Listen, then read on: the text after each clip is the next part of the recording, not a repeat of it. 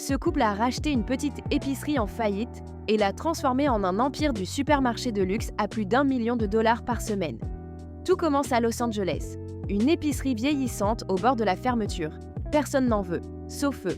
En 2011, Tony et Joséphine Antossi décident de la racheter, mais au lieu de la relancer, ils font tout l'inverse. Ils ne l'améliorent pas, ils la réinventent complètement. Nouveau nom, Erewhon. Leur idée est simple, mais radicale, ne plus vendre de la nourriture, vendre un mode de vie. Chaque produit passe un filtre extrême. Si ça ne va pas dans notre cuisine, ça ne va pas en rayon. Résultat, jusqu'à 99% des marques sont refusées. Rien n'entre sans validation, mais leur vrai coup de génie arrive après. Ils comprennent quelque chose que presque personne ne voit encore. La santé va exploser, pas comme un besoin, mais comme un statut. Et là, ils créent un paradoxe fascinant.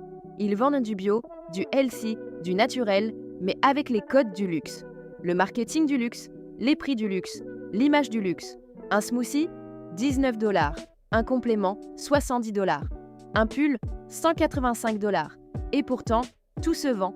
Pourquoi ? Parce qu'ils n'ont pas transformé un supermarché. Ils ont transformé la santé en symbole de richesse. Aller chez eux, ce n'est pas faire ses courses, c'est envoyer un message. Je prends soin de moi. J'ai les moyens. Je fais partie du club. Puis les réseaux sociaux amplifient tout. Les influenceurs filment leurs achats.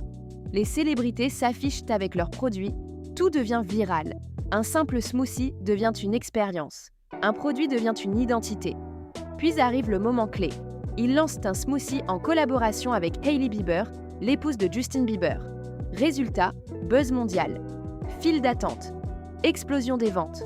Aujourd'hui, Erewhon, c'est plus de 500 millions de dollars de chiffre d'affaires par an, à peine 10 magasins et plus d'1 million de dollars générés chaque semaine. Et tout repose sur une idée simple, ce que tu vends n'est pas ce que les gens achètent, ils achètent ce que ça dit d'eux.